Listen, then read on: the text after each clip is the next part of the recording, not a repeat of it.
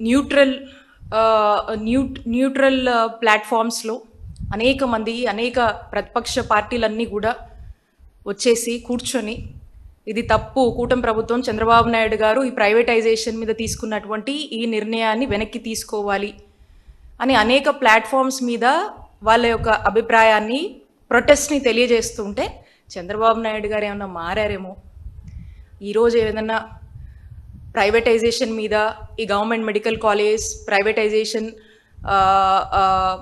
గురించి చేసినటువంటి ఆలోచనని ఏమైనా విత్డ్రా చేసుకుంటారేమో, ప్రజల శ్రేయస్సు గురించి ఆలోచిస్తున్నానని ఏమైనా చెప్తారేమో అని చెప్పి నేనైతే ఆశతో ఎదురు చూశాను. బట్ చంద్రబాబు నాయుడు గారు ఎప్పట్లాగే వారేమీ చేంజ్ అవ్వలేదు. వారేమీ వారి యొక్క ఆలోచనని విత్డ్రా చేసుకుంటున్నట్టు కానీ, ప్రజల యొక్క బాధను అర్థం చేసుకున్నట్టు కానీ ఏమాత్రం కూడా మారకుండా ఇక ఎప్పుడూలాగే ఊహకందనటువంటి పెద్ద పెద్ద మాటలు, ఇక సామాన్యుడికి కూడా అందను అటువంటి మాటలు. ఒకసారి మనకు కూడా ఆశ్చర్యం వేస్తూ ఉంటుంది. సంజీవిని అంటారు, 120 సంవత్సరాలు బతకాలి, బతికిద్దామంటారు. బిల్ గేట్స్ ఫౌండేషన్ అంటారు, వస్తుందని నేనే చెప్పానంటారు. ఐటీ నేనే కనిపెట్టానని చెప్తారు. 30 ఏళ్ల కిందే నేను టెక్నాలజీ గురించి మాట్లాడాను, అందుకనే అందరూ టెక్నాలజీ వాడుతున్నారని చెప్తున్నారు. ఇప్పుడు నేను ముందే అన్నాను, అందువల్ల ఇప్పుడు అందరూ డ్రివెన్ అప్రోచ్లోకి వచ్చారు అని చెప్తా ఉన్నారు. ఇలా మనకు ఊహకందనటువంటి మాటలు, అలాంటి ప్రొజెక్షన్స్, అలాంటి ఎలివేషన్స్, ఎక్కడో ఇక అన్ని గ్లోబల్ థింగ్స్ మీద మాట్లాడుతూ వారి యొక్క ప్రసంగాన్ని ఇక ఆ విధంగా మాట్లాడుతూ విజన్ 2047 అని చెప్పేసి ఇక ఏవేవో చెప్తూ అలా ఇక సంజీవన్ దగ్గర ముగించడం జరిగింది. ఖచ్చితంగా ఏ రాజకీయ నాయకుడికైనా, ఏ ముఖ్యమంత్రికైనా రాష్ట్ర ప్రజల పట్ల ఒక విజన్ అనేది ఉండాలి. కానీ విజన్ ఎలా ఉండాలంటే, ఆ దివంగత మహానేత డాక్టర్ వైఎస్ రాజశేఖర రెడ్డి గారు ఆరోగ్యశ్రీ తీసుకురావాలని ఆరోగ్యశ్రీ ప్రవేశపెట్టి గొప్పగా అమలు చేసినటువంటి విజన్ వైఎస్ఆర్ గారిది. ఆ తర్వాత మా నాయకుడు జగన్మోహన్ రెడ్డి గారు, వైఎస్ఆర్ గారు తీసుకొచ్చినటువంటి ఆరోగ్యశ్రీని మరింత స్ట్రెంగ్తన్ చేస్తూ ఆరోగ్యశ్రీని ఈ రాష్ట్రంలోని 95% కుటుంబ సభ్యులకు అందజేస్తూ 3257 ప్రొసీజర్స్ని పెంచుతూ ఎంత ఖర్చైనా పర్వాలేదని చెప్పి అనేక డిజీజెస్ని యాడ్ చేసి ఎంత ఖర్చైనా పర్వాలేదు, పేదవాడి ఆరోగ్యత ప్రభుత్వంగా మన బాధ్యత అని చెప్పి మరి ఆరోగ్యశ్రీని బలోపేతం చేసి ముందుకు వెళ్ళారు. అది జగన్మోహన్ రెడ్డి గారి విజన్. పేదవాడి ఇంటి దగ్గరికే గవర్నమెంట్ డాక్టర్ని పంపించి వైద్యం అందించాలనేటువంటి విజన్ జగన్మోహన్ రెడ్డి గారిది. ఫ్యామిలీ డాక్టర్ అనే పేరుతో ఈ కార్యక్రమాన్ని తీసుకువచ్చి గ్రామాన ఎక్కడికక్కడ వైద్య సేవలు అందించినటువంటి గొప్ప విజన్ జగన్మోహన్ రెడ్డి గారిది.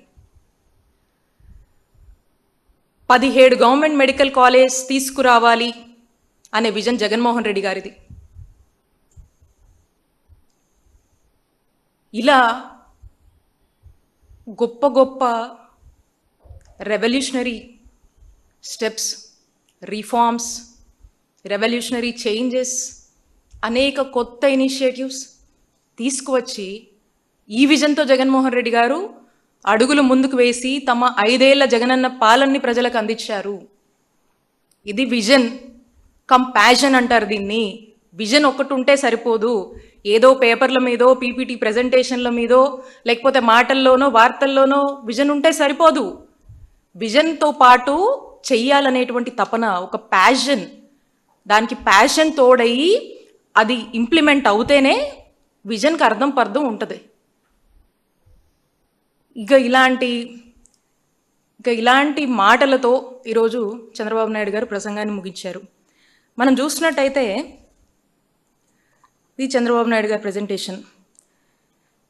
సరే ఏం చెప్తున్నారా అని ఆసక్తితో చూసాం. డెమోగ్రఫిక్ పర్స్పెక్టివ్స్ అని మొదలుపెట్టారు. ఇలా దీంట్లో ఏం మాట్లాడుతున్నారు?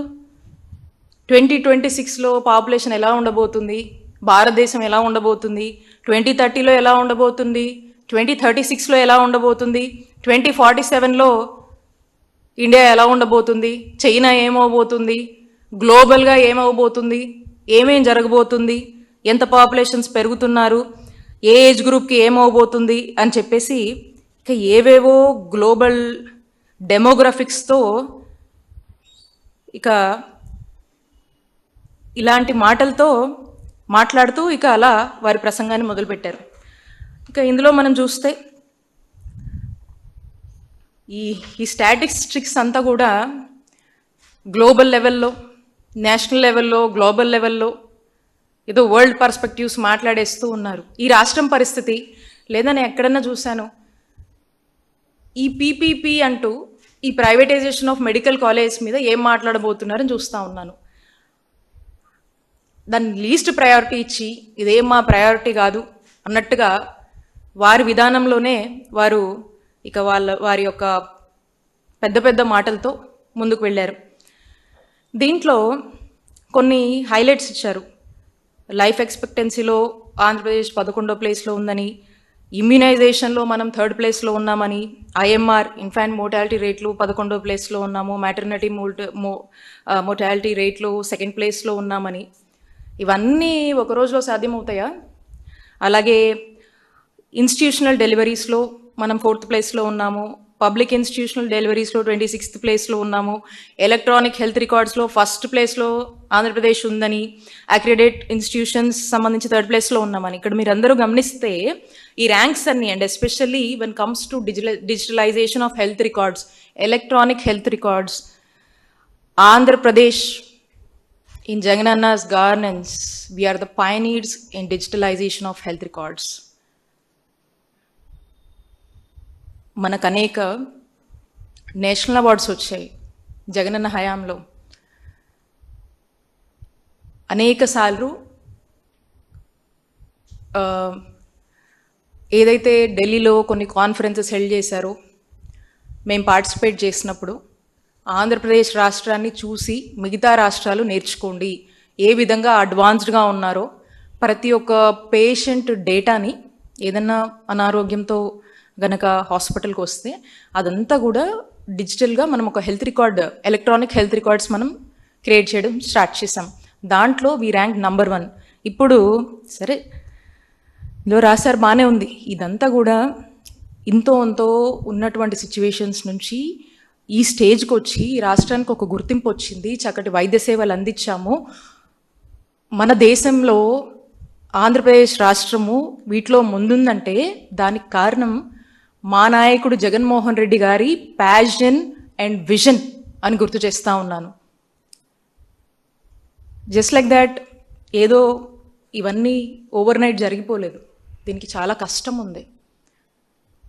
ప్రతిదానికి కూడా ఏదో హాస్పిటల్స్ ఉన్నాయంటే ఉన్నాయి కాదు, ఒక హాస్పిటల్ ఉండాలి, దానికి సరిపడే స్టాఫ్ ఉండాలి, ఫంక్షనింగ్లో ఉండాలి, మందులు అందుబాటులో ఉండాలి, టైంకి ఎవరైనా పేషెంట్ వస్తే ఆ డాక్టర్స్ అక్కడ ఉన్న వాళ్ళు అటెండ్ అవ్వాలి, వాళ్ళకి సరైన ట్రీట్మెంట్స్ ఇవ్వాలి, వాళ్ళకి కావాల్సినటువంటి అన్ని రకాల ఫెసిలిటీస్ అక్కడ మనం ఇచ్చినప్పుడే గవర్నమెంట్ హాస్పిటల్స్ మీద ప్రజలకు ఒక ట్రస్ట్ అనేది ఫస్ట్ వస్తుంది, ఒక హోపు, ట్రస్ట్ అనేది బిల్డప్ అవుతుంది.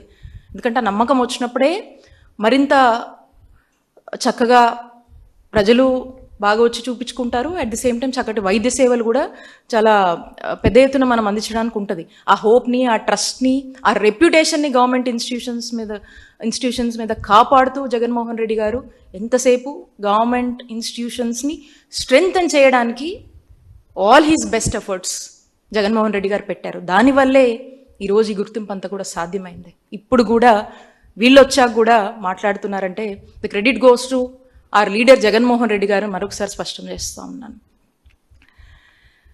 అట్ ద సేమ్ టైం ఇక జనరల్గా ఎస్డిజి గోల్స్ వాటి కోసము ఆ కీ ఇండికేటర్స్ కోసం ఖచ్చితంగా కూడా ప్రతి స్టేట్ వర్క్ చేస్తుంటుంది. దాని తగ్గట్టుగా కూడా జగనన్న ప్రభుత్వంలో మనం చక్కగా వర్క్ చేశాము. సో అలాంటి ఈ NCDs, communicable diseases, non communicable diseases మీద ఈ ఫ్యామిలీ డాక్టర్ కాన్సెప్ట్లో కావచ్చు, అలాగే తీసుకొచ్చినటువంటి జగనన్న ఆరోగ్య సురక్ష అనే ప్రోగ్రాంలో కావచ్చు, గ్రామంలో ఇంటి వద్దకే వెళ్ళి అక్కడే మనం టెస్టులు కండక్ట్ చేసి అసలు ఏ గ్రామంలోకి వెళ్ళినా కూడా, ఏ ఇంటిని తట్టినా కూడా మీకు మీరు ఈ ఏరియాలో ఉంటున్నారు, ఈ గ్రామంలో ఉంటున్నారు, మీకు ఆరోగ్యశ్రీ సేవలు ఎక్కడ అందుతాయి, సపోజ్ మీకు ఒక ఇబ్బంది అనిపించింది, ఆరోగ్యపరంగా ఒక కన్సర్న్ వచ్చింది, ఎవరికి ఫోన్ చేయాలి, ఏ నెంబర్కి ఫోన్ చేయాలి, ఎటు వెళ్ళాలి, ఎలా రౌట్ చేస్తారు, ఎలా మిమ్మల్ని కనెక్ట్ చేస్తారు, ఎక్కడెక్కడ ఏ సేవలు అందుతాయి, ఏ ఏ డిజీజెస్కి ఎక్కడెక్కడ చూస్తారు అనేటువంటి ఒక స్పష్టత ఒక కామన్ మ్యాన్ దగ్గర ఉండేలాగా దానికి సంబంధించినటువంటి బ్రౌచర్స్ కావచ్చు, ఆరోగ్యశ్రీకి సంబంధించినటువంటి బుక్లెట్స్ కావచ్చు, అండ్ ఇంటి వద్దకే వెళ్ళి టెస్టులు చేసి ఆ రిపోర్ట్స్ వచ్చాక ఫర్దర్ రిఫరల్ అవసరమైతే ఆ ఊరికే ఈ ఆరోగ్య సురక్ష ప్రోగ్రాంలో భాగంగా సూపర్ స్పెషాలిటీ స్పెషలిస్ట్ని ఆ ఊర్లోకి పంపించి ఆ గ్రామంలోనే వారికి వైద్య సేవలు అందించేటువంటి కార్యక్రమం. దాని తర్వాత మళ్ళీ అక్కడ నుంచి ఇంకేదైనా హైయర్ లెవెల్కి రిఫరెన్స్ అవసరమైతే అక్కడ నుంచి మళ్ళీ ఆ రిఫరల్ కూడా పంపించి, అవసరమైతే ఆ ట్రాన్స్పోర్టేషన్ కూడా జగనన్న ప్రభుత్వమే కట్టుకునేలాగా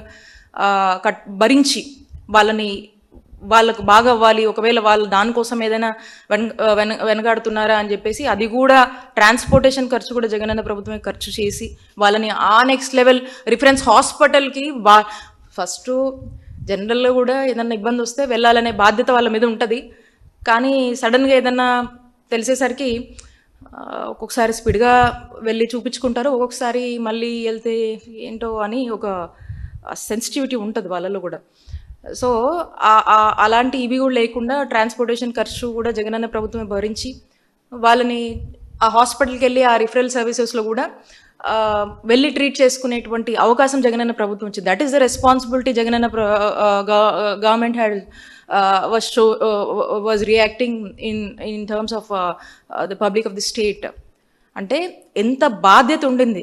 ఈవెన్ టెస్టులు చేసి ఏదో ఈ రిఫరల్కి వెళ్ళాలంటే కూడా జగనన్న ప్రభుత్వమే బాధ్యత తీసుకొని వాళ్ళని హాస్పిటల్కి వెళ్ళి ఫర్దర్ ఆ రిఫరల్ కూడా చూపించుకునేలాగా వాళ్ళ పట్ల మనం బాధ్యత తీసుకున్నామంటే ఈరోజు ఏమవుతా ఉంది, where is this this sort of mechanism కానీ ఈ యొక్క ఇంట్రెస్ట్ కానీ ఏవి కూడా కూటమి ప్రభుత్వానికి కానీ చంద్రబాబు నాయుడు గారు కానీ ఏం కనపడటం లేదు. మాటల్లో ఉన్న విజన్ చేతల్లో లేదు, స్పష్టమవుతా ఉంది. ఇక ఫైనల్గా వీళ్ళు ఈ సంజీవిని దగ్గర ల్యాండ్ చేస్తారు. ఇక ప్రజెంటేషన్ అంతా ఇది సంజీవిని అని చెప్పి ల్యాండ్ చేస్తారు. ఈ సంజీవిని అంటే ఏంటండి? ఇవి మా హయాంలో టెలిమెడిసిన్ సేవలు అంటాం, వీటిని టెలికన్సల్టేషన్ అంటాము. ఈ టెలిమెడిసిన్ సేవల్ని, ఈ టెలికన్సల్టేషన్నే అంటే ఎవరికైనా ఒక వ్యక్తికి ఆ గ్రామంలో ఉన్నటువంటి ఆ వ్యక్తికి ఏదైనా ఇబ్బంది వస్తే ఆ నియరెస్ట్ ఆ విలేజ్ హెల్త్ క్లినికో ఆ నియరెస్ట్ ఉన్నటువంటి పిహెచ్సినో వాళ్ళు కనుక రీచ్ అయితే అక్కడ నుంచి వాళ్ళకు వీడియో కన్సల్టేషన్ ఇప్పిస్తారు. ఆడియో కన్సల్టేషన్ ఉంటుంది, వీడియో కన్సల్టేషన్ ఉంటుంది. అక్కడ ఏం ఇష్యూ ఏంటనేది ఆన్ ద స్పాట్ అక్కడ నుంచి వాళ్ళు హబ్లో ఉన్న డాక్టర్కి కనెక్ట్ అయ్యి ఏంటి ఇబ్బంది, ఏం సమస్య, ఏమవుతుందని చెప్పేసి వాళ్ళతో మాట్లాడి అక్కడ నుంచి వాళ్ళు సజెస్ట్ చేస్తారు. సో ఇలాంటి ఒక కన్సల్టేషన్ ఏదన్నా అక్కడికక్కడ ఉన్నటువంటి మా ఏఎన్ఎంస్ కానీ అక్కడ మా బీఎస్సీ నర్సింగ్ చేసినటువంటి మా స్టాఫ్ ఎవరైతే ఉంటారో వాళ్ళని ఎస్కార్ట్ చేస్తారు అండ్ వాళ్ళకు ఆ వైద్య సేవలు అందిస్తారు. ఇంకేదైనా ఫర్దర్ గైడెన్స్ ఉన్నా, ఇంకో రిఫరల్ ఉన్నా, లేకపోతే ఇంకో దగ్గర చూపించుకోండి అన్నా ఏదన్నా కూడా ఇమీడియట్గా అక్కడనే గైడ్ చేస్తారు. ఇలాంటి సేవలు. అలాగే 104కి ఒకసారి మనకు బాగాలేకపోతే ఇమీడియట్గా 104 కానీ చేసి ఇట్లా ఉందని చెప్తే ఇమీడియట్గా మనం డిజిటల్ హెల్త్ రికార్డ్స్లో పేషెంట్ డేటా ఆల్రెడీ పెట్టాం కాబట్టి ఆల్రెడీ వీళ్ళు కనుక ఉంటే ఫోన్ చేస్తానే ఫర్దర్ వీళ్ళ పాస్ట్ హిస్టరీ అంతా కూడా వీళ్ళకి యాక్సెస్ అవుతుంది కాల్ సెంటర్లో. సో ఏమైంది ఇంతకుముందు ఈ పేషెంట్కి ఏముంది అనేది ఆల్రెడీ తెలుస్తుంటుంది. అండ్ తర్వాత ఇప్పుడు ఏమి ఇష్యూ వచ్చిందనేది మాట్లాడతారు. ఇమీడియట్గా వాళ్ళకి ఏదైనా మెడిసిన్ సజెస్ట్ చేయాలన్నా ఇంకోటన్నా అక్కడే చెప్తారు. లేదు హాస్పిటల్ కావాలంటే పలానా హాస్పిటల్కి వెళ్ళండి అని చెప్తారు. లేదు 108 108 కాల్ చేసినా కూడా ఇమీడియట్గా వచ్చి వాళ్ళని తీసుకువెళ్ళేటువంటి పరిస్థితి. ఈ 108 కూడా మనం చూస్తాం. రీసెంట్గా నిన్న ఎక్కడో ఎపిసోడ్ అది చూస్తూ ఉన్నాము. ఈ 108 వైద్య సేవలు జగన్మోహన్ రెడ్డి గారు ఏ విధంగా స్ట్రెంథన్ చేశారు? ఈరోజు వాటి పరిస్థితి ఏంటి? ఎక్కడైనా కూడా 108కి ఫోన్ చేస్తే 15 నిమిషాల్లో రావాలి. అదే రిమోట్ ఏరియాస్లో, అర్బన్ ఏరియాస్లో 15 నిమిషాల్లో రావాలి. దాన్ని 15 కన్నా కూడా మేము ఇంకొక 12 నిమిషాలు 13 నిమిషాలు వచ్చేలాగా మానిటర్ చేసాం. We try to reduce the minutes. వీలైనంత వరకు కూడా అంత స్పీడ్ కమ్యూట్ ఉండాలి. అంటే తీసుకువెళ్ళడానికి కానీ వీళ్ళని పంపించడం కానీ ఇదనేది ఉండాలి. సో కాబట్టి అర్బన్ ఏరియాస్లో 15 మినిట్స్ 108 వైద్య సేవలు, 15 మినిట్స్లో 108 వెహికల్ అంబులెన్స్ రావాలి. అదే రిమోట్ ఏరియాస్, రూరల్ ఏరియాస్ అయితే 20 నిమిషాల్లో రావాలి.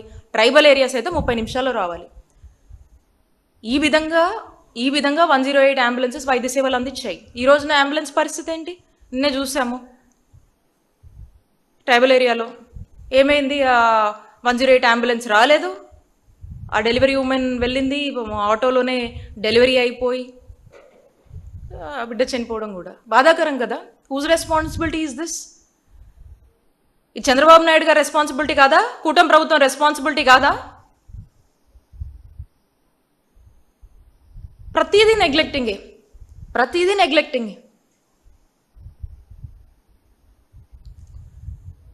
ఈ విధంగా the least bothered on health, ఈ విధంగా ఇంత నెగ్లెక్టెడ్ సెక్టార్గా మరి హెల్త్ సెక్టారు చంద్రబాబు నాయుడు గారి ప్రభుత్వంలో మనం చూస్తూ ఉన్నాము. ఇక ఏదో ఈ సంజీవిని తీసుకొస్తున్న మనుషుల్ని 120 సంవత్సరాలు అందరు బతకాలి, సగటున అందరూ కూడా 120 సంవత్సరాలు బతకాలి. ఈ 120 సంవత్సరాలు బతికిచ్చేందుకు నేను బిల్ గేట్స్ ఫౌండేషన్తో టైఅప్ అవుతున్నా, డింక్ అని చెప్పి టాటా వాళ్ళతో ఈ ప్రాజెక్ట్తో ఒక ఒప్పందం చేసుకుంటున్నాము, వాళ్ళు వైద్య సేవలన్నీ అందిస్తున్నారు, అది ఇదని చెప్పేసి అంటే ఇంకో రకంగా మనము ఆల్రెడీ ఈ టెలిమెడిసిన్ సర్వీసెస్, ఈ టెలికన్సల్టేషన్, ఇవన్నిటికీ అన్ని రిసోర్సెస్ మన ప్రభుత్వ రంగంలో అవైలబుల్ ఉన్నటువంటి అన్ని రిసోర్సెస్, అంటే లైక్ యూసే డాక్టర్స్ కావచ్చు, నర్సెస్ కావచ్చు, సపోర్టింగ్ స్టాఫ్ కావచ్చు, అన్నీ మనకున్నటువంటి రిసోర్సెస్లోనే చాలా తక్కువ ఖర్చుతో, అంటే ప్రభుత్వ ధనాన్ని చాలా వృధా చేయకుండా అవసరమైనంత వరకు లీస్ట్ ఖర్చుతో మనకున్న రిసోర్సెస్తో వీటిని మనం నడిపాము. ఇప్పుడు ఏవేవో పెద్ద పెద్ద మాటలు చెప్పి అక్కడ టైఅప్ ఇక్కడ టైఅప్ అని చెప్పి ఇది మళ్ళా ప్రైవేట్ వాళ్ళకు ఇంకోరికి డబ్బులు ఇవ్వడము, కొత్తగా ఇదేదో సేవలు మనకు తెలియనట్టు పేరు మార్చి ఏదో ఇంట్రడ్యూస్ చేస్తున్నట్టు ఈ విధంగా కలరింగ్ ఇస్తూ ఉన్నారు. ఇది ఈ ప్రోగ్రామ్. దీనికి అనేక మాటలు, ఇక కొత్తగా పెద్ద మాటలు, కొత్త మాటలు అన్నీ కూడా చెప్తా ఉన్నారు. అట్ ది సేమ్ టైం మనం చూస్తూ ఉన్నాము ఆరోగ్యశ్రీ మీద మాట్లాడుతూ ఉన్నారు. ఆరోగ్యశ్రీ అసలు ద ఇంటెంట్ ఆఫ్ ఆరోగ్యశ్రీ ఆ రోజు వైఎస్ఆర్ గారు తీసుకొచ్చినప్పుడు అనేక మంది ఈ ఖరీదైనటువంటి వైద్యాన్ని, ఆ ఖరీదు వల్ల అప్పుల పాలైపోయి ఈ వైద్యాన్ని నోచుకోక ఎంతోమంది ప్రాణాలు కోల్పోతున్నారు. ఈ రాష్ట్ర ప్రజల ప్రాణాలు కాపాడాలి, అప్పుల పాలైపోతున్నారు, ఈ ఖరీదైన వైద్యం భారం అయిపోతూ ఉంది, ఈ రాష్ట్ర ప్రజలు ఈ కష్టంలో ఉంటే దీని గురించి ఒక మంచి నిర్ణయం చేయాలి, వీళ్ళని కాపాడేందుకు ఒక గొప్ప ఆలోచన చేయాలని చెప్పేసి ఒక గొప్ప ఆలోచన చేసి ఆరోగ్యశ్రీ అనే పథకాన్ని తీసుకువచ్చి ఎంతోమంది లక్షల మంది ప్రాణాలు కాపాడారు. మరి ఈ రోజున మనం చూసాం తర్వాత జగన్మోహన్ రెడ్డి గారు దీన్ని ఎన్ని డిజీజెస్ అయినా పర్వాలేదు, ఎక్కువ ప్రజలు పేదవాడు ఎక్కువ ఏదో ఆప్ చేస్తున్నాడు, ఏ డిజీజెస్ కోసం ఎక్కువ వస్తున్నాడని కూడా దాని మీద కూడా ఒక రీసెర్చ్ చేయించారు, దాని మీద స్టడీ చేశారు, అనేక రివ్యూస్ కండక్ట్ చేశారు.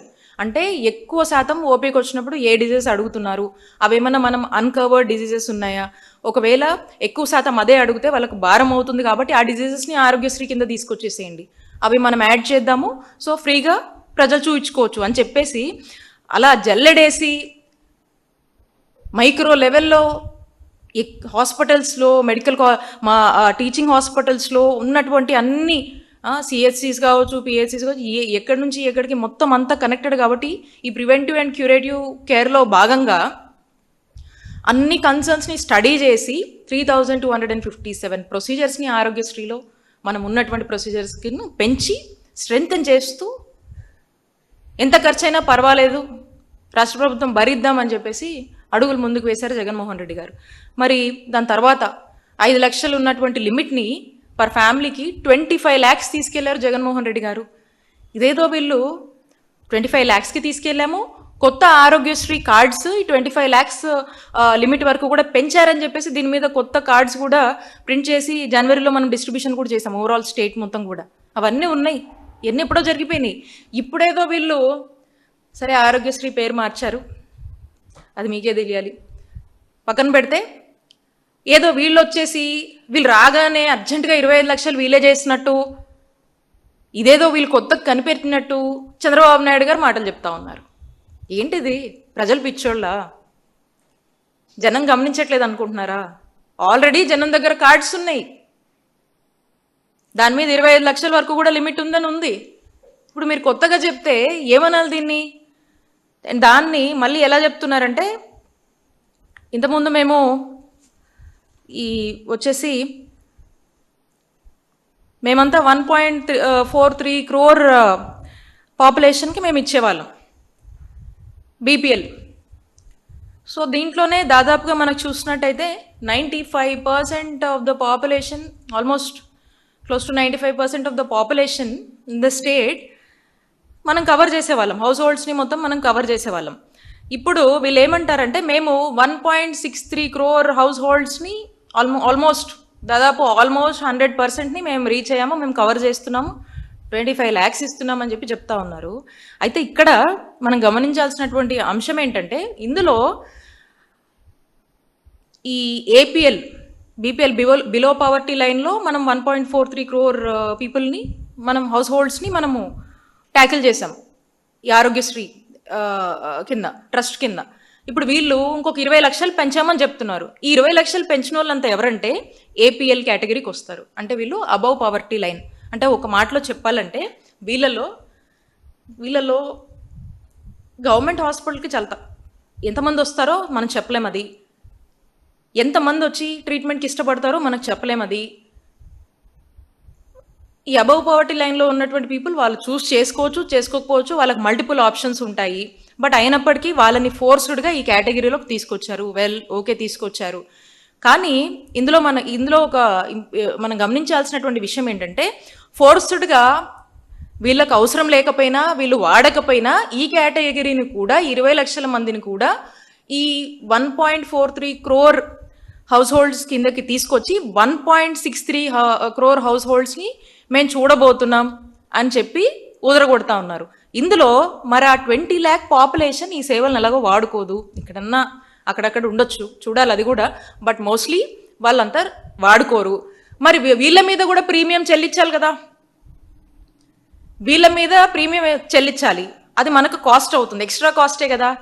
ఎందుకు ఫోర్స్డ్గా వాళ్ళని ఇందులోకి తీసుకురావడము? సరే తీసుకొచ్చారు, సరే వాళ్ళ మీద ఎక్స్ట్రా ప్రీమియం అయితే వాళ్ళు వాడుకున్నా వాడుకోపోయినా ప్రీమియం అయితే కట్టాలి కదా. ఈ ప్రీమియం ఎందుకు కట్టాల్సి వస్తుంది? వాళ్ళని తీసుకురావడం వల్ల ఈ ప్రీమియం కట్టాలి. కట్టి ఎవరిని బెనిఫిట్ చేస్తున్నారు? ఈ ఇన్సూరెన్స్ కంపెనీ కదా బెనిఫిట్ చేస్తున్నారు. మళ్ళీ వీళ్ళకు 2.5 లక్షల వరకు వర్తింపని చెప్పి చెప్తున్నారు. 2.5 లక్షలు ఇస్తామని చెప్తా ఉన్నారు. అంటే ఓవరాల్గా కూడా దీంట్లో మళ్ళీ బిజినెస్ మోటివ్ మనకు కనిపిస్తూ ఉంది.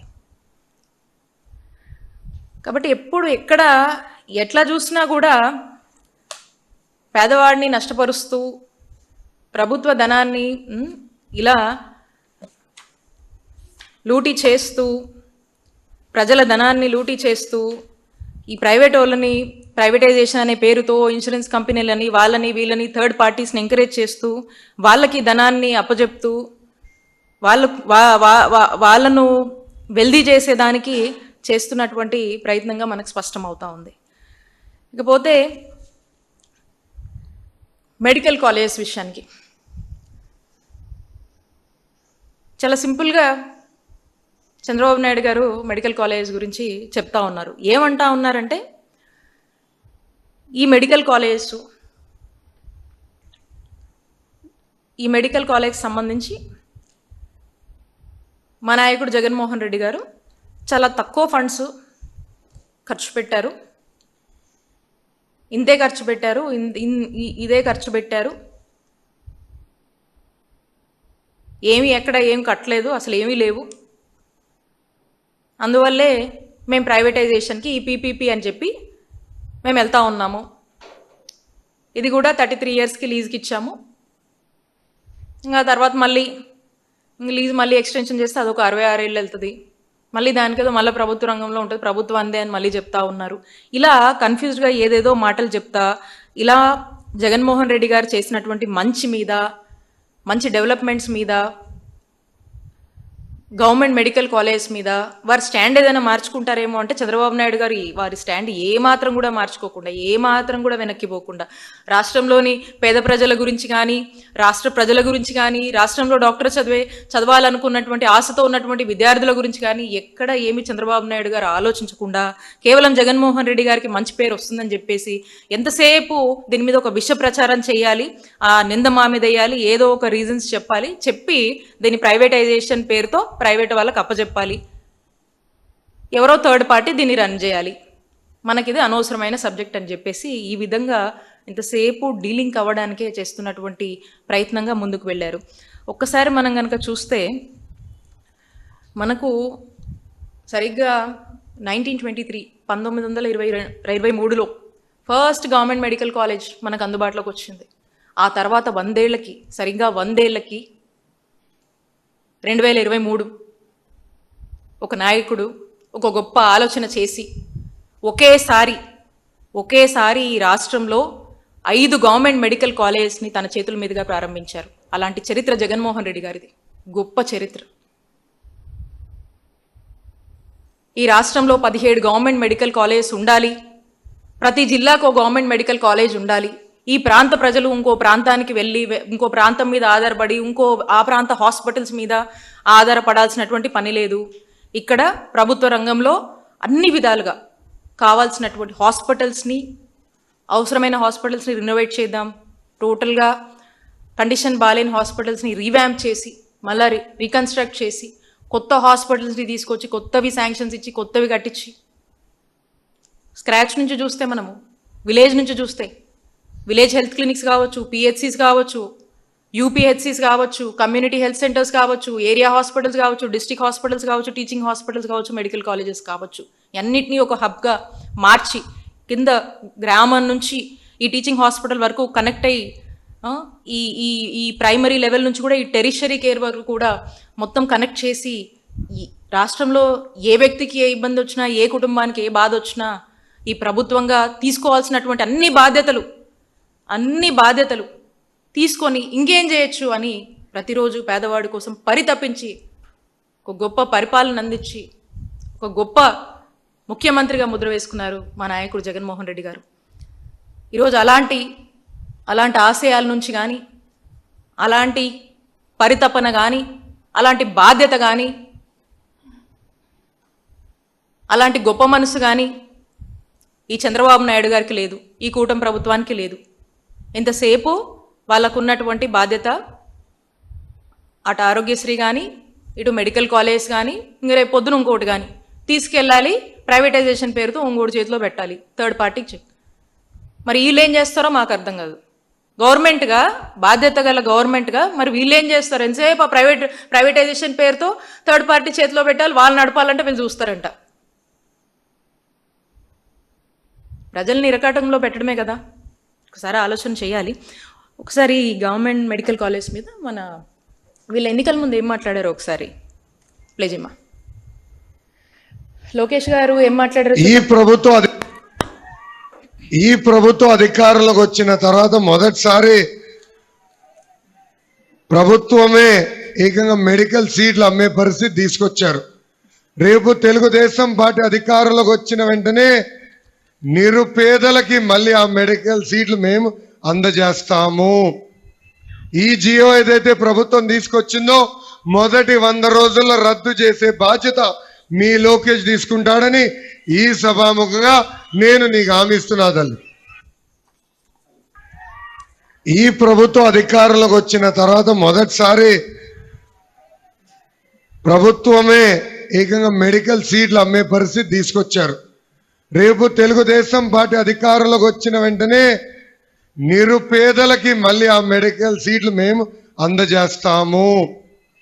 ఈ జియో ఏదైతే ప్రభుత్వం తీసుకొచ్చిందో మొదటి 100 రోజుల్లో రద్దు చేసే బాధ్యత మీ లోకేష్ తీసుకుంటాడని ఈ సభాముఖంగా నేను నీకు హామీ ఇస్తున్నా తల్లి. ఇది పబ్లిక్లో లోకేష్ గారు మాట్లాడారు, హామీ ఇచ్చారు. వీళ్ళు అధికారంలోకి వచ్చిన 100 రోజులకే మేము తీసుకొచ్చినటువంటి జీవో నంబర్ 108ని రద్దు చేస్తామన్నారు. మరి మేము ఎప్పుడు ఎక్కడ ఆపలేదు, దాని గురించి అసలు మాట్లాడరేంటి? ఏమైందా హామీ? దాని మీద సమాధానం చెప్పాలి కదా. మీరంటే ఒక మాట మీద ఉండరా? కూటమి ప్రభుత్వం మాట ఇచ్చిందంటే మాట మీద ఉండరా? అవసరం లేదేమో, ఎందుకంటే నష్టపోయేది కానీ ఇబ్బంది పడేది కానీ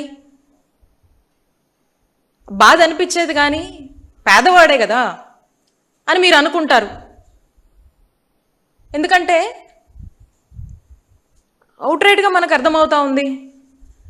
108 జీవో, ఈ జీవో తీసుకొస్తే జగన్మోహన్ రెడ్డి గారిని తీసుకొచ్చినటువంటి ఈ జీవో విధానాన్ని ఎంత క్రిటిసైజ్ చేశారండి?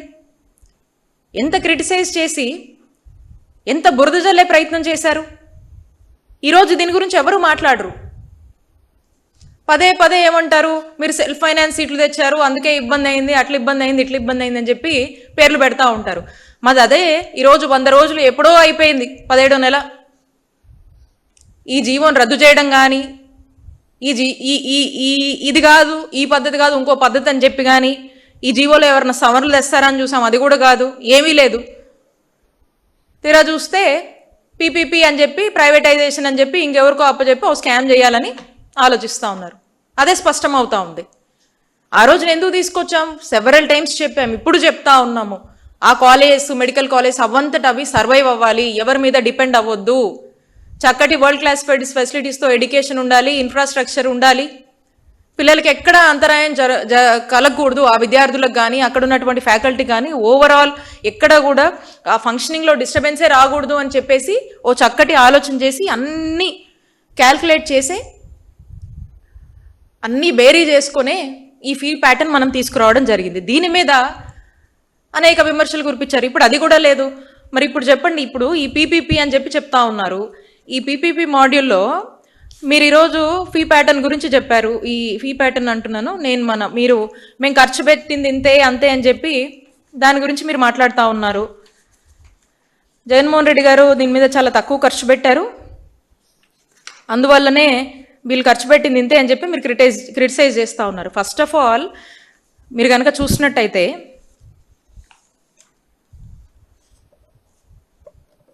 జగన్మోహన్ రెడ్డి గారి టెన్యూర్లో జగనన్న అవసరమైన మేరకు ప్రభుత్వ మెడికల్ కాలేజ్ తీసుకురావాలని అనుకున్నారు. దాంట్లో భాగంగా కొన్ని ఫైండ్ అవుట్ చేసి కొన్ని జిల్లాల్లో ఇక్కడ మెడికల్ కాలేజ్ వస్తే బాగుంటుంది అని చెప్పి భావించి వాటి మీద ఒక నిర్ణయం చేసి మే 31, 2021న 14 మెడికల్ కాలేజ్కి ఒకేసారి ఆ రోజు ఉన్నటువంటి కోవిడ్ పరిస్థితుల్లో వర్చువల్గా మా నాయకుడు జగన్మోహన్ రెడ్డి గారు 14 గవర్నమెంట్ మెడికల్ కాలేజ్కి శంకుస్థాపన చేయడం జరిగింది. మే 2021 ఈ కోవిడ్-19 తర్వాత మేము అధికారంలోకి వచ్చిన తర్వాత ఈ పాండమిక్ని ఫేస్ చేస్తూ ఆ పాండమిక్లో ఎక్కడ ఆంధ్రప్రదేశ్ రాష్ట్ర ప్రజలు ఇబ్బంది పడకుండా అవసరమైనటువంటి అన్ని మెజర్స్ గవర్నమెంట్ కన్నా కూడా చెప్పాలంటే ఇంకొంచెం ఎక్కువే రెస్పాన్సిబిలిటీ తీసుకొని తన కుటుంబ సభ్యులు ఎవరో ఒక బాధలో ఉంటే ఎంత బాధ్యత చూపించాలో అలా ఈ రాష్ట్రంలోని ఈ ప్రజలందరినీ కూడా నా కుటుంబ సభ్యులు అని భావించి ఎవరికో ఇది వచ్చింది మనకు అనవసరమైన అని అనుకోకుండా ఎంతో బాధ్యతగా చక్కగా జగన్మోహన్ రెడ్డి గారు చక్కటి అడ్మినిస్ట్రేషను ఇవ్వటం కానీ చక్కగా వైద్య సేవలు ఇవ్వడం కానీ ఎంతోమంది ప్రాణాలని రిస్క్లో ఉన్నటువంటి ఎంతోమందిని కూడా కాపాడి అన్ని విధాలుగా కూడా ప్రభుత్వంగా తను పోషించాల్సినటువంటి బాధ్యతని పోషించి ప్రజలకు అండగా ఉండి ధైర్యాన్నిచ్చి భరోసానిచ్చి అవసరమైన అన్ని అసిస్టెన్స్ని కల్పించి మరి రాష్ట్ర ప్రజల్ని కంటికి రెప్పలా కాపాడుకున్నారు జగన్మోహన్ రెడ్డి గారు ఈ కోవిడ్ టైంలో. అంత కోవిడ్ ఉన్నా, అలాంటి సిచ్యువేషన్స్ ఉన్నా కూడా ఎక్కడా కూడా తీసుకురావాలనుకున్నటువంటి ఒక ఇనిషియేటివ్ని కానీ ఒక ఆలోచనని కానీ ఎప్పుడు కూడా బ్యాక్ స్టెప్ వేయలేదు. అప్పుడు అనుకున్నాము కోవిడ్ వచ్చింది, ఇట్లా అయిపోయింది, ఇప్పుడు ఇది సాధ్యమా, ఇంత ఖర్చుతో కూడింది కదా, 8,500 కోట్లు సుమారు, ఇంత ఖర్చుతో కూడింది, కానీ ఎక్కడా బ్యాక్ స్టెప్ వేయలేదు. మనం అనుకున్నాము ఇక్కడ అవసరం ఉంది, ఈ ప్రజలకు ఈ రాష్ట్రం విడిపోయిన తర్వాత టెరిషరీ కేర్ నీడ్ ఉంది, కనిపించాల్సినటువంటి బాధ్యత మన మీద ఉంది, చక్కటి వైద్య సేవలు అందించాలి, స్ట్రెంగ్తెన్ చేయాలి ఇన్స్టిట్యూషన్స్ అని చెప్పేసి మరి అడుగులు ముందుకు వేసినటువంటి విషయాలు మీ అందరికీ కూడా తెలిసినవే. ఆ తర్వాత పులివెందులు కావచ్చు, తర్వాత డిసెంబర్ 2022లో నర్సీపట్నం, ఇంకా పార్వతీపురం, ఇవన్నీ కూడా మనం ప్రారంభమయ్యాయి.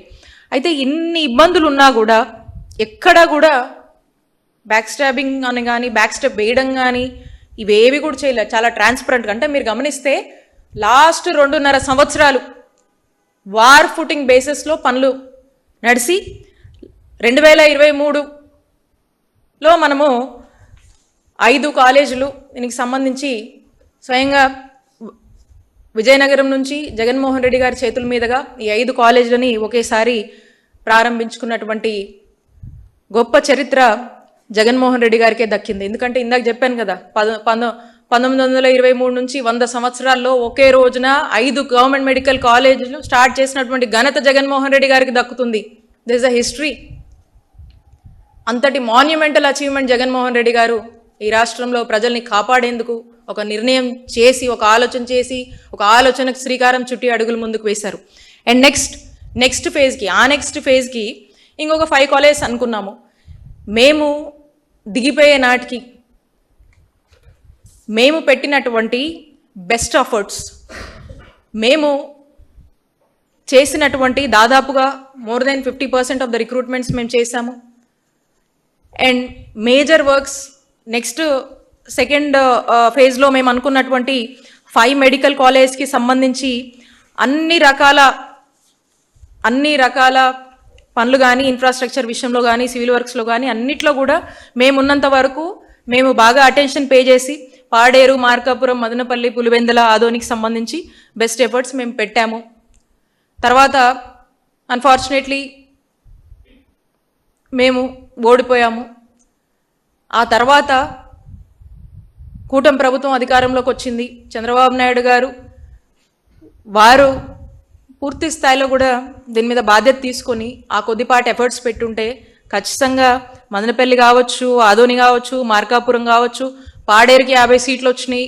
దాన్ని కూడా ఇంకొంచెం ఫోకస్ చేస్తుంటే 150 సీట్లు అక్కడ వచ్చేవి. అలాగే పులివెందుల వచ్చినటువంటి సీట్లు మాకు వద్దని లెటర్ రాశారు. చక్కగా పులివెందులు కూడా 150 సీట్లతో అది ఫంక్షనింగ్ వచ్చేసి చక్కగా ఫంక్షన్ అయ్యేవి. మరి సెకండ్ ఫేజ్లో ఇవన్నీ ప్రారంభమయ్యి కొనసాగాల్సినటువంటి పరిస్థితిలో ఉన్నటువంటి ఈ కాలేజీలన్నీ కూడా వీళ్ళు పెట్టాల్సినటువంటి ఏ ఎఫర్ట్స్ పెట్టకుండా, పైగా మా మీద ఏవేవో నిందులేసి ఫండ్స్ మీద అట్లా ఇట్లా అని చెప్పి ఒక ఫేక్ ప్రచారం చంద్రబాబు నాయుడు గారు కూటమి ప్రభుత్వం చేస్తున్నారు. దీని మీద అనేక గ్రాఫిక్స్, ఇక్కడ లేని మాటలు, ఎక్కడ అవకాశం దొరుకుతుంది ఏది పెట్టి వీళ్ళని ఏదో ఒకటి వీళ్ళని ఎలా ప్రజల్లో ఒక ఫాల్స్ నోషన్ క్రియేట్ చేయాలి జగన్మోహన్ రెడ్డి గారి మీద, వైఎస్ఆర్ కాంగ్రెస్ పార్టీ మీద అని చెప్పేసి ఎత్తుక్కుంటా ఉన్నారు. ఫేక్ ప్రచారాలు మీరు చేస్తూ ఉన్నారు, ఫేక్ గ్రాఫిక్స్ మీరే వేస్తూ ఉన్నారు. ఎందుకంటే మీరు డిఫెన్స్లో పడ్డారనేటువంటి విషయం మీకు తెలుసు. బట్ అయినా ఎక్కడా కనపడకుండా స్టిల్ మీరు చేస్తుందే కరెక్ట్ అన్నట్టుగా, మేము చేసినటువంటి ఆలోచనలే తప్పు అన్నట్టుగా ప్రొజెక్ట్ చేసేదాని మీద మీ కాన్సన్ట్రేషన్ ఉంది. కానీ ప్రజలకు ఏది మేలు జరుగుతుంది, ప్రజలకు ఏం కావాలి, నీడ్ ఆఫ్ ద అవర్, ప్రజల డిమాండ్ ఏంటి అనేది చంద్రబాబు నాయుడు గారు కానీ కూటమి ప్రభుత్వం కానీ ఏ మాత్రం కూడా పట్టట్లేదు. It's very clear. అండ్ తర్వాత థర్డ్ ఫేజ్లో మేము అనుకున్నటువంటి 7 కాలేజెస్, పిడుగురాల, అమలాపురం, బాపట్ల, పెనుగొండ, నర్సీపట్నం, పాలకొల్లు, పార్వతీపురం, వీటి మీద కూడా మీరు ఇదే చెప్తా ఉన్నారు.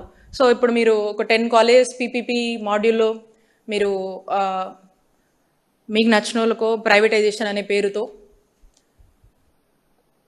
వాళ్ళకు అప్పజెప్పాలనేటువంటి ప్రయత్నంలో భాగంగా ఇక మీరు ఏదో ఇక్కడ ఉన్నటువంటి రాష్ట్రంలో ఉన్నటువంటి పేదల్ని, ఇక్కడ ఉన్నటువంటి ప్రజల కళల్ని నాశనం చేసి మీ ప్రైవేటైజేషన్ పేరుతో మరి మీకు నచ్చిన వాళ్ళకి కొత్త కొత్త బహుమానాలు ఇవ్వడానికో లేకపోతే ఏంటో కానీ ఇంకా ఈ వైద్యం విద్య అనేది ప్రథమ హక్కుగా ప్రజలకు ఉండేటువంటి ఒక ప్రథమ హక్కుని ఈరోజు మీరు వ్యాపారంగా మార్చడం అనేది స్పష్టమవుతా ఉంది.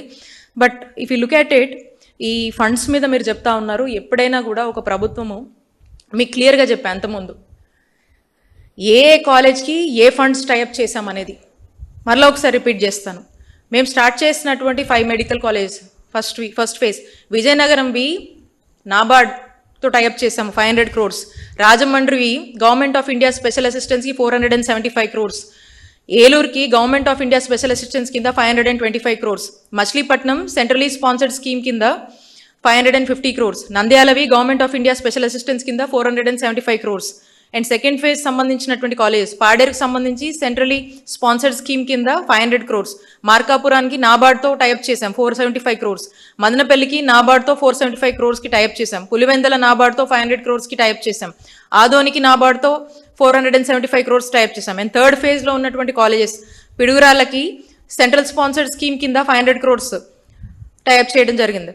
అమలాపురంకి నాబార్డ్తో 475 crores టైఅప్ అయింది. బాపట్లకి నాబార్డ్తో 505 crores టైఅప్ అయింది. పెనుగొండకి నాబార్డ్తో 475 crores టైఅప్ అయింది. నర్సీపట్నంలో నాబార్డ్కి 500 crores టైఅప్ అయింది. పాలకొల్లు నాబార్డ్తో 475 crores, పార్వతీపురం నాబార్డ్తో 600 crores. అన్ని కాలేజెస్ చూసుకుంటే ఖచ్చితంగా అన్ని కూడా సుమారు 50 ఎకరాలు అండ్ 50 ఎకరాల పైన ఇటు యొక్క ల్యాండ్ ఉంటుంది. టోటల్గా 8,480 కోట్లు. ఈ ప్లాన్ వేసుకొని దీని దగ్గర స్టెప్స్ వేసుకున్నా. నాబార్డ్ అంటే ఎట్లా ఇస్తుందండి లోను? ఎవరు కట్టాలా లోను? తెలీదా? నాబార్డ్ లోన్ ఎవరు కట్టాలి? రాష్ట్ర ప్రభుత్వం కాదా కట్టేది? ఎవరిని చూసి ఇస్తుంది లోన్? నాబార్డు రాష్ట్ర ప్రభుత్వాన్నే కదా. ఆ బాధ్యత ఎవరిది? ముఖ్యమంత్రిదే కదా. ఆ రోజు మా నాయకుడు మా ముఖ్యమంత్రి అయినటువంటి జగన్మోహన్ రెడ్డి గారిది కదా బాధ్యత. ఈరోజు మాట్లాడతారే ఇంతే కట్టారు అంతే కట్టారని. మాకు తెలుసు, మాకు ఒక ఆలోచన ఉంది, ఒక ప్లానింగ్ ఉంది, ఒక యాక్షన్ ప్లాన్ ఫేజ్డ్ మేనర్గా 3 phases కింద మేము వేసుకున్నామండి. ఇది యాక్షన్ ప్లాన్ మీకు కూడా అవైలబుల్గా ఉంది. ఇది యాజ్ ఇట్ ఈజ్గా మీరు ఇంప్లిమెంట్ చేస్తుంటే ఖచ్చితంగా అందరు అప్రిషియేట్ చేసేవాళ్ళు. యాక్షన్ ప్లాన్ వేసి దానికి కావాల్సినటువంటి ల్యాండ్స్ సర్టెన్ ఇన్ఫ్రాస్ట్రక్చర్ చేసి పిల్లలకి విద్యార్థులకు కావాల్సినటువంటి సబ్సిడీస్ ఏదైతే చదువుకోవడానికి సబ్సిడీ కావాలో అదే గవర్నమెంట్ దానికి ఒక ప్యాటర్న్ ప్లాన్ చేసి రిక్రూట్మెంట్స్ అయిపోయి కావాల్సినటువంటి ఇన్ఫ్రాస్ట్రక్చర్కి సంబంధించినటువంటి అన్ని ఏర్పాట్లు చేసి అన్నిటికీ అన్ని కూడా ప్లాన్ చేస్తే వాట్ ఈజ్ యువర్ ప్రాబ్లం? మాకు అర్థం కాదు. The problem is only one thing. ఒక్కటే మీ problem. Only thing, the fame and name belongs to Shri YS Jaganmohan Reddy garu. This is your problem. This is it. ఇదే మీ ప్రాబ్లం. ఈ name fame reputation Jaganmohan Reddy గారికి వస్తాయి కాబట్టి ఇది ఏం చేసినా ఎంత చేసినా the credit goes to Jaganmohan Reddy garu కాబట్టి you do not want to do this. You don't want to do this. You don't want to complete this and you don't even want to bother about this. That's the reason you have chosen an option of privatization. ఇది ఇలా ఉండగా funds చెప్పాను, funds ఎలా tie up చేశాము, responsibilities ఏంటో చెప్పాను, ఎప్పటికెప్పుడు అవుతుందో చెప్పాను, ఎప్పటికెప్పుడు ఎంత అవసరం అవుతుందో రాష్ట్ర ప్రభుత్వంగా ఒక్కసారి బెటర్ కదండి. ఫర్ ఎగ్జాంపుల్ మనం తీసుకుంటే మనకు రాష్ట్రం విడిపోయినప్పుడు విభజన చట్టంలో భాగంగా మనకు హక్కుగా మనకేంటి ఎయిమ్స్ని ఇచ్చారు మన రాష్ట్రానికి. ఎయిమ్స్ని ఇచ్చినప్పుడు ఎయిమ్స్ ఒక రోజులో అయిపోయిందండి? ఇవ్వగానే అయిపోయిందా? ఎయిమ్స్ ఇచ్చిన తర్వాత ఎలా నడిపారు క్లాసెస్? సిద్ధార్థ మెడికల్ కాలేజ్లో క్లాసులు నడిపారు. ఇప్పుడు ఆల్మోస్ట్ 10 years. ఇప్పుడు కూడా మొన్న ఈ మధ్య ఏదో కొద్దిగా ఓపెనింగ్స్ అయినాయి, ఆ మధ్య కొన్ని అయినాయి, ఇంకా అవ్వాల్సినవి ఉన్నాయి, ఇంకా కొన్ని వాళ్ళ ఇబ్బందులు వాళ్ళకు ఉన్నాయి, నడుస్తూ ఉన్నాయి. 10 ఏళ్ళు అయింది సిద్ధార్థ మెడికల్ కాలేజీలో నడిపారు. వీళ్ళకు అర్థం కాక మాట్లాడతారా, తెలిసి మాట్లాడతారా, తెలియక మాట్లాడతారా, చెయ్యొద్దు కాబట్టి ఇలాంటి మాటలు మాట్లాడతారా అనేది ఒకసారి వాళ్ళే ఆలోచించాలి. ఉదాహరణకు నేను చెప్పాను, సో కాబట్టి ఎప్పుడు ఎంత కావాలి, ఎంత డబ్బులు అవసరం అవుతుంది, ఏ ఫేజ్ని ఎలా మనం ముందుకు తీసుకోవాలి, ఏది మన ప్రయారిటీ ఏంటి అనేది దాన్ని బట్టే డబ్బులు అడ్జస్ట్మెంట్ కానీ ఇంకోటి కానీ మనం ప్లాన్ చేసుకుంటాం. We are very clear, all types have been reading. నేను చదివాను అన్ని టైప్స్. జగన్మోహన్ రెడ్డి గారు ఎలా ప్లాన్ చేశారు, ఏ ఫేజెస్లో ఎలా ప్లాన్ చేసుకున్నామో చెప్పాము. అయినా కూడా మీరు ఈ పని చేయొద్దు అనుకుంటున్నారు కాబట్టి మీరు ఏదో నిందలేసేటువంటి ప్రయత్నం చేస్తున్నారు. ప్రజలు అన్నీ గమనిస్తున్నారు. అండ్ మోర్ ఓవర్ ఇక ఏదో ఈ ప్రైవేటు మెడికల్ సీట్స్ అన్నిటిని కూడా కలిపేసి మొత్తం అన్నీ మేము తెచ్చాము, మా టైంలో వచ్చింది, మేము తెచ్చాము, అది ఇదని చెప్పి మాట్లాడుతూ ఉన్నారు. ఒకసారి మనం చూస్తే జస్ట్ ఒక ఐ ఓపెనింగ్ గ్లాన్స్ చూపిస్తాను మీకు. అది మినిస్ట్రీ ఆఫ్ హెల్త్ అమ్మా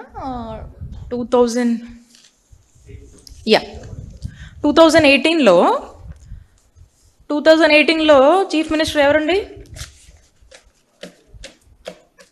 చంద్రబాబు నాయుడు గారే కదా 2018లో. చూడండి మరి 2018 6th మార్చ్న ministry of health and family welfare, government of India వీళ్ళు ఏం రిలీజ్ చేశారంటే, the ministry of health and family welfare is administering a centrally sponsored scheme to establish new medical colleges attached with existing district or referral hospitals in underserved areas of the country. దీన్ని చాలా phases, phase 1, phase 2 అట్లా అని చెప్పి వాళ్ళు announce చేశారు.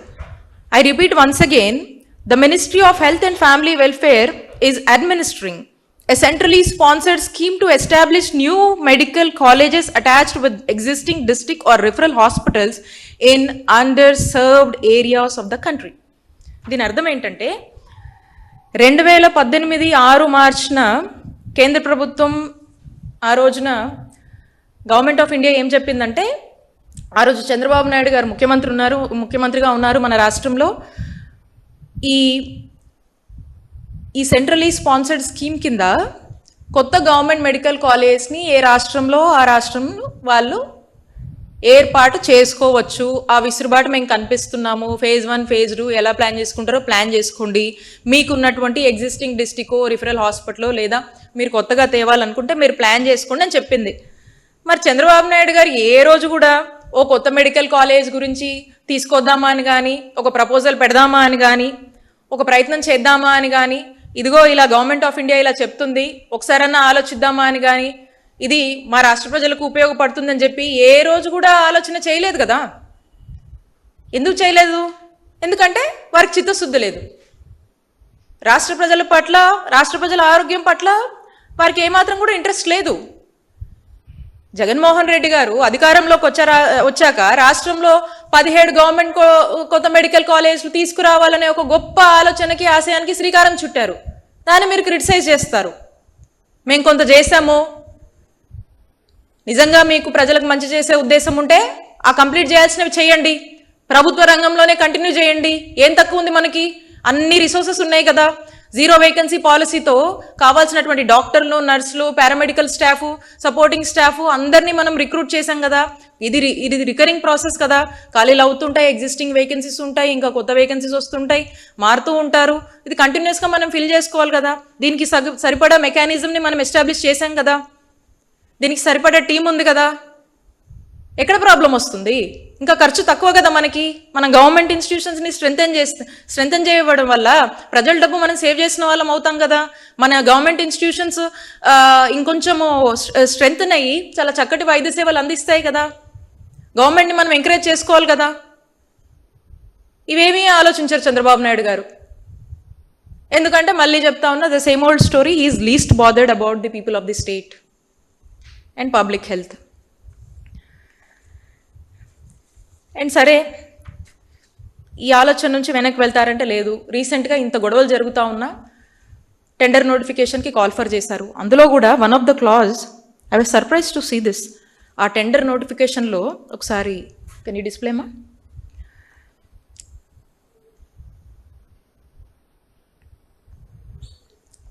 ఇందులో 8th point మీరు చూస్తే, in the event that only a single bid is received, pursuant to the bidding process, or if only one bidder is found to satisfy the minimum eligibility criteria for any project, the authority receives the right to accept the bid or reject the bid. దీని అర్థం ఏంటంటే, ఇప్పుడు వీళ్ళు call for చేసినటువంటి ఈ ప్రైవేటైజేషన్లో భాగంగా ఈ PPP అని చెప్పి 10 కాలేజీలకి టెండర్ పిలుస్తున్నారు కదా, దాంట్లో వీళ్ళు పెట్టుకున్నటువంటి క్లాజ్ ఏంటంటే, దీంట్లో టెండర్ పార్టిసిపేట్ చేసినటువంటి ఎవరైనా ఒక్క సింగిల్ బిడ్ వచ్చినా కూడా దాన్నంట వాళ్ళు యాక్సెప్ట్ చేస్తారంట. దాన్ని యాక్సెప్ట్ చేయడము రిజెక్ట్ చేయడం అనేది వాళ్ళ కమిటీ మీదే ఆధారపడుందంట. అంటే సింగిల్ బిడ్గా వచ్చినా కూడా మేము ఎంకరేజ్ చేస్తామని చెప్తున్నారు. ట్రాన్స్పరెన్సీ లేదు దీంట్లో. వీళ్ళు పిలిచినటువంటి ఈ బిడ్డింగ్ నార్మ్స్, ఈ టెండర్ ప్రాసెస్లో ట్రాన్స్పరెన్సీ లేదు. జగన్మోహన్ రెడ్డి గారి ప్రభుత్వంలో ఏ విషయానికైనా మేము టెండర్ పిలుస్తే ఒక సింగిల్ టెండర్ వస్తే ఆ టెండర్ మళ్ళీ క్యాన్సిల్ చేసి మళ్ళీ కాల్ఫర్ చేస్తారు. టెండర్ నోటిఫికేషన్ మళ్ళీ ఇచ్చి మళ్ళీ కాల్ఫర్ చేస్తారు. ఎందుకంటే ట్రాన్స్పరెన్సీ ఉండాలి. మల్టిపుల్ పీపుల్ వచ్చినప్పుడు కాంపిటీషన్ ఏర్పడుతుంది. దాంట్లో బెస్ట్ ఏదని చూసి ఏది తక్కువ కాస్ట్కి వస్తుంది, ఏది క్వాలిటేటివ్గా వాళ్ళు సేవలు అందిస్తారని చెప్పి ఆలోచన తీసుకుంటారు. ఇక్కడ ఏదే ఆ ఉద్దేశం కనిపించట్లేదు. క్లియర్గా మీరు చెప్తా ఉన్నారు, సింగిల్ వాళ్ళు వచ్చినా మేము కన్సిడర్ చేస్తాము, రండి తీసుకోండి. అంటే ఆల్రెడీ మీరు మ్యాచ్ ఫిక్సింగ్ లాగా ఉంది. ఇది ట్రాన్స్పరెన్సీ లేదు. ఎవరిని బాగు చేద్దామనిది? ప్రజల సొమ్మే కదా. మళ్ళీ దీనికి ఇంకొక హైప్ క్రియేట్ చేస్తూ ఇంతకుముందు ఉన్నటువంటి ఫీజుల కంటే కూడా ఇప్పుడు మళ్ళీ అది 57.5 లక్షలు ఎన్ఆర్ఐ సి కేటగిరీ 60 లక్షల వరకు ఉంటే సుమారు 60 లక్షల వరకు ఉన్నటువంటి 20 లక్షలు తీసుకెళ్ళి 60 లక్షలు చేశారు.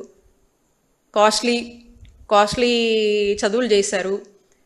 ఇట్లా ఎందుకు పెంచారు అంటే ప్రైవేట్ వాళ్ళని ఆకర్షించేందుకు. ఎందుకంటే మీరు ఎంతంటే అంతకు అమ్ముకోవచ్చు, అసలు చాలా బెనిఫిట్ ఉంటుంది, this is a good business proposal, come on అని చెప్పేసి వచ్చిన వాళ్ళందరినీ కూడా come participate, this is something interesting business module, we have been inviting అని చెప్పేసి వీళ్ళు ఇట్లా మార్కెట్ చేస్తూ ఉన్నారు. This is what is going on. So ఈ విధంగా ప్రజల్ని మోసం చేస్తూ, ప్రజల ఆరోగ్యం పట్ల ఏమాత్రం కూడా చిత్తశుద్ధి లేకుండా ప్రజల్ని మోసం చేస్తూ, డాక్టర్ విద్య చదవాలనుకునేటువంటి విద్యార్థుల భవిష్యత్ని గాలికి వదిలేస్తూ మరి అడుగులు వేస్తూ, ఏమాత్రం కూడా వస్తున్నటువంటి ఫీడ్బ్యాక్స్ని, యాజిటేషన్స్ని, ప్రొటెస్ట్ని, ప్రజల ఆందోళనని అనేక ప్లాట్ఫామ్స్ మీద అనేక మంది న్యూట్రల్స్, అనేక పక్షాలు వచ్చి వాళ్ళు ఇది తప్పు, ఈ ప్రైవేటైజేషన్ని వ్యతిరేకిస్తున్నా కూడా ఏమాత్రం కూడా ఈ కూటమి ప్రభుత్వానికి, చంద్రబాబు నాయుడు గారికి పట్టకుండా మరి ముందుకు వెళ్తా ఉన్నారు. Again and again we are making it very clear.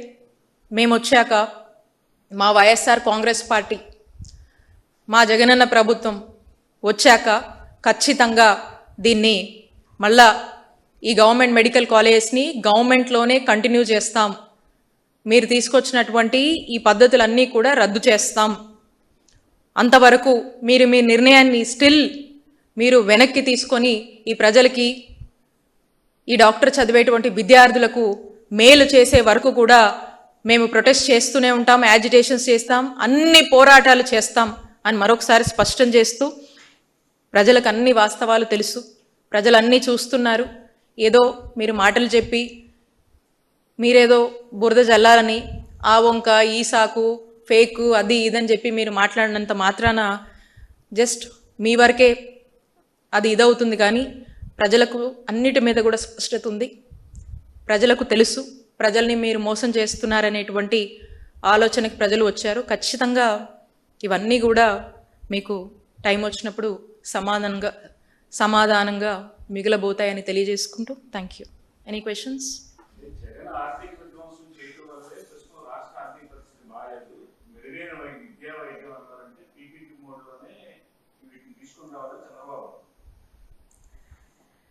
ఈ పీపీపీ మాడ్యూల్ గురించి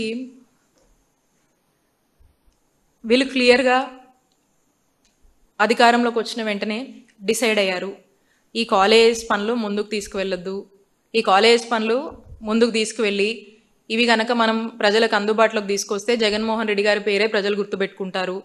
దీనికోసము వాళ్ళు ఇమీడియట్గా లాస్ట్ టైం కూడా మీకు చూపించాను, ఒక స్టాప్ లెటర్ ఇష్యూ చేశారు. ఆ స్టాప్ లెటర్ని లాస్ట్ టైం కూడా మీకు ఆ, చూపించడం జరిగింది. ఆ స్టాప్ లెటర్లో ఇమీడియట్గా ఎక్కడికక్కడ పనులు ఆపేయమని చెప్పేసి ఆదేశాలు as per the direction of the government అని చెప్పి ఈ ఆదేశాలు ఇవ్వడం జరిగింది.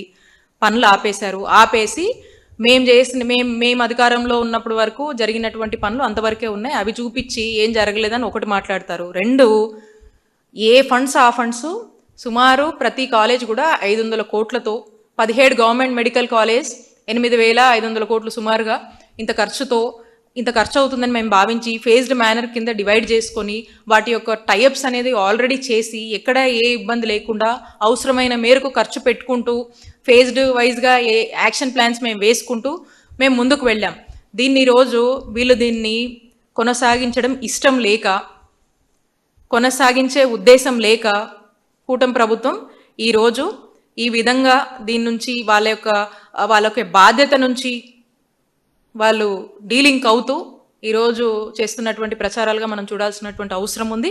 బట్ వాట్ ఎవర్, ఈ రాష్ట్రంలో ఒక గొప్ప విప్లవం అనొచ్చు మెడికల్ కాలేజ్ విషయంలో జగన్మోహన్ రెడ్డి గారు తీసుకువచ్చారు, ప్రారంభించారు, ఇంకా ప్రారంభించాలనుకున్నారు, ఇంకా మంచి చేయాలనుకున్నారు. బట్ అన్ఫార్చునేట్ ఇలా జరిగింది. సో కాబట్టి వీళ్ళ మాటలు అన్నిటి గురించి కూడా విత్ ఎవిడెన్సెస్, విత్ నంబర్స్ అన్నీ కూడా మీడియా ముందు ప్రజెంట్ చేయడం జరిగింది.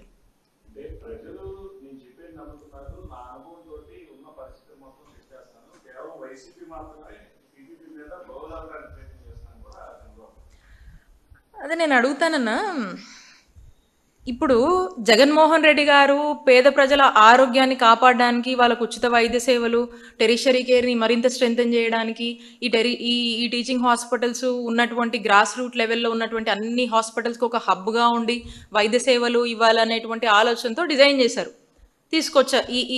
ఈ ఆలోచన చేశారు. దీనికి సర్టెన్ స్టెప్స్, యాక్షన్ ప్లాన్స్ వేసి ముందుకు వెళ్ళారు. ఇప్పుడు చంద్రబాబు నాయుడు గారికి చాలా విజన్ ఉంది, చాలా ఆయన ఏదేదో అత్తేవాలి ఇత్తేవాలి ఏవేవో అంటున్నారు కదా, పెద్ద పెద్ద బిల్డింగ్లు అంటారు, పెద్ద ఏవో చెప్తూ ఉంటారు. మరి అయ్యేవో ఇచ్చుకోవచ్చు కదా పీపీపీలో. ఈ జగన్మోహన్ రెడ్డి గారు పేద ప్రజల కోసం తెచ్చినటువంటి ఈ హాస్పిటల్సే కనబడుతున్నాయా? ఇంకేం లేవా? ఆయన ఏవో ఉన్నాయి కదా, చాలా చెప్తున్నారు కదా విజన్ అని. ఆ విజన్లో భాగంగా తీసుకొచ్చినటువంటి అప్పే చెప్పొచ్చు కదా. వీటి మీద పడాల్సినటువంటి అవసరం ఏముంది? ఇది మెడికల్ కాలేజ్ పీపీపీ అంటున్నారు, ఆరోగ్యశ్రీ హైబ్రిడ్ మోడల్ అంటూ దాన్ని పీపీపీ అంటున్నారు. మరి ప్రభుత్వంగా వీళ్ళు ఏం చేస్తారో చెప్పాలి. వీళ్ళ బాధ్యత ఏంది, వీళ్ళ రోల్స్ అండ్ రెస్పాన్సిబిలిటీస్ ఏంది, వీళ్ళు ఏం చేస్తున్నారు? ఈ ప్రజల ఆరోగ్యాన్ని ఎవరు పట్టించుకుంటారు? అన్ని థర్డ్ పార్టీ చేతిలో పెట్టేస్తామంటున్నారు. అన్ని బిజినెస్ మోడల్గా ఒక బిజినెస్ విధానంలోనే చూస్తూ ఉన్నారు. సో అక్కడే స్పష్టమవుతుంది కదా, ప్రైవేటైజేషన్ని, ప్రైవేట్ వాళ్ళని, వాళ్ళకి తెలిసిన వాళ్ళని, వాళ్ళకి సంబంధించిన వాళ్ళని ఎంకరేజ్ చేసుకోవాలి, సొమ్ము చేసుకోవాలి. అదే మనకు స్పష్టమవుతుంది. That is the proposal we are understanding. So కాబట్టి ఏ రకంగా కూడా వీళ్ళు నిందలేసినా we are very firm on our commitment and our stand that మేము అధికారంలోకి వచ్చాక వీటిని మళ్ళా ప్రభుత్వంలోనే కొనసాగిస్తాం. పేద ప్రజలకి చక్కటి నాణ్యమైన ఉచిత వైద్య సేవలు అందిస్తాము. గవర్నమెంట్ ఇన్స్టిట్యూషన్స్ ఇంకా స్ట్రెంథెన్ చేస్తాం. ఈ మెడికల్ కాలేజ్ మీరు ఏం చేసినా కూడా మళ్ళీ మేము వచ్చాక మా నాయకుడు చెప్పారు, మేము చెప్తా ఉన్నాం, డెఫినెట్గా ఈ జీవోని రద్దు చేస్తాం. ఈ ప్రైవేటైజేషన్ పద్ధతుల్ని మేము ఎంకరేజ్ చేయం. గవర్నమెంట్లోనే వీటిని కొనసాగిస్తూ గవర్నమెంట్ని స్ట్రెంథెన్ చేస్తూ గవర్నమెంట్ ఇన్స్టిట్యూషన్ని స్ట్రెంథెన్ చేస్తూ ముందుకు వెళ్దాం.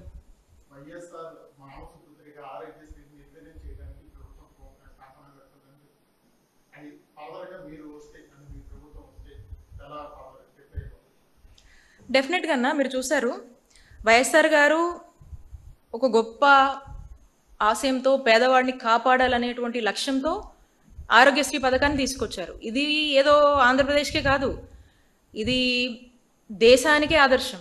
మీరు ఎక్కడ చూసినా ఆయన తీసుకొచ్చినటువంటి ఈ ఆరోగ్యశ్రీ పథకం కావచ్చు, 108 వైద్య సేవలు కావచ్చు, అంబులెన్సెస్ కావచ్చు, మీకు ఎక్కడ ఏ మారుమూల ప్రభుత్వం ఈ దేశంలో ఎక్కడికి వెళ్ళినా కూడా మీకు దర్శనం ఇస్తాయి. That is what is the inspiration. YSR గారు ఇక్కడ ఆరిజిన్ అయినటువంటి ఈ ఆరోగ్యశ్రీ ఈరోజు దేశం మొత్తం ఇంప్లిమెంట్ చేస్తుందంటే ప్రతి తెలుగువాడు గర్వపడతారు. అలాంటి పరిస్థితి నుంచి ఈరోజు ఆరోగ్యశ్రీని ఎక్కడ డైల్యూట్ చేస్తున్నారంటే ఎవరో థర్డ్ పార్టీ అంట వాళ్ళ చేతిలో పెడతారంట, ప్రజలంతా అక్కడికి వెళ్ళి అక్కడ నిలబడి అడగాలంట, వాళ్ళు ఇస్తారో ఇయ్యరో, వైద్యం చేస్తారో చేయరో ఎవరికి స్పష్టత లేదు. They are landing the people in to confusion. ప్రజల్ని కన్ఫ్యూజ్ చేస్తున్నారు, ప్రజల్ని ఆందోళనకు నెట్టేస్తున్నారు. ఇంతకుముందు నేను చెప్పినట్టు ఆరోగ్యశ్రీ గురించి, సేవల గురించి మేము బుక్లెట్స్ చేసి ఇచ్చాం.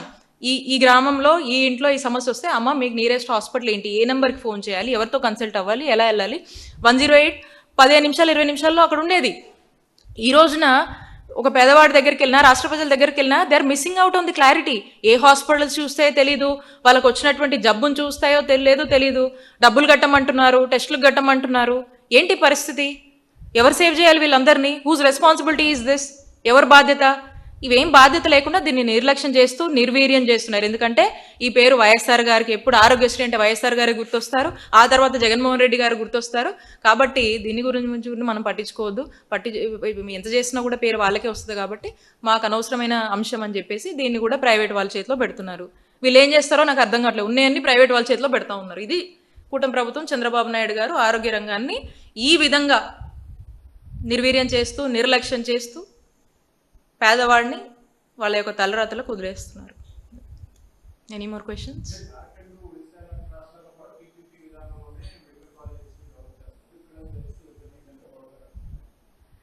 మీరు దేశంలో చాలా రిఫరెన్సెస్ ఉన్నాయన్న, చాలా స్టేట్స్ ఉన్నాయి. మీరు అన్నట్టు రాజస్థాన్ కావచ్చు, ఇంకా మధ్యప్రదేశ్ కావచ్చు, ఇట్లా చాలా వరకు చాలా స్టేట్స్ ఎక్స్ప్లోర్ చేశారు. పీపీపీ మాడ్యూల్లో కొన్ని పిహెచ్సీలను కొంతమంది ఎక్స్ప్లోర్ చేశారు, కొంతమంది అక్కడ ఉన్నటువంటి వాళ్ళకు ఉన్నటువంటి సిహెచ్సీలు కావచ్చు, అట్లా కొన్ని ఎక్స్ప్లోర్ చేశారు.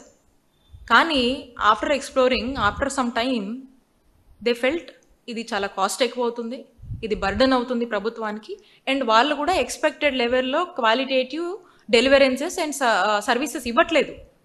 People are not satisfied. ఆ రిఫ్లెక్షన్ ఎవరి మీద పడుతుంది? మళ్ళీ గవర్నమెంట్ మీదే పడుతుంది కదా.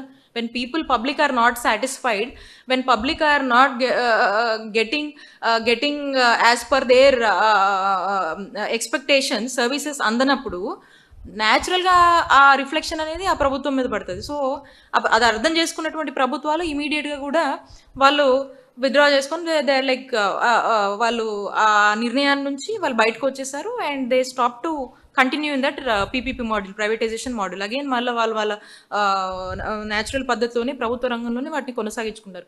There are number of examples where we can present. మనకు చూస్తే ఆన్లైన్లో మీరు చూడండి, there are number of examples, there are number of articles, you get it. It's a failure model. It doesn't work. And especially మనలాంటి స్టేట్స్కి ఇది మనకున్న పద్ధతే, మనకున్నటువంటి విధానాలే బెస్ట్గా ఉన్నాయి. దాంట్లో ఇంకొంచెం ఏదైనా సరి చేయండి, ఇంకొంచెం ఏదైనా యాడ్ చేయండి, లేకపోతే ఇంకేదైనా కొత్తగా ఆలోచించి ముందుకు వెళ్ళండి. ఎవరు వద్దంటున్నారు? ప్రజల్ని ఎందుకు మోసం చేస్తారు మీరు? అది మా డిమాండ్. ఎందుకు మోసం చేస్తారు వాళ్ళని? వాళ్ళు ఏమైపోవాలి? సో చాలా మంది they have backed out from their decisions. So this is a failure model. Again we are concluding this is a failure model. It's not going to work out. Thank you.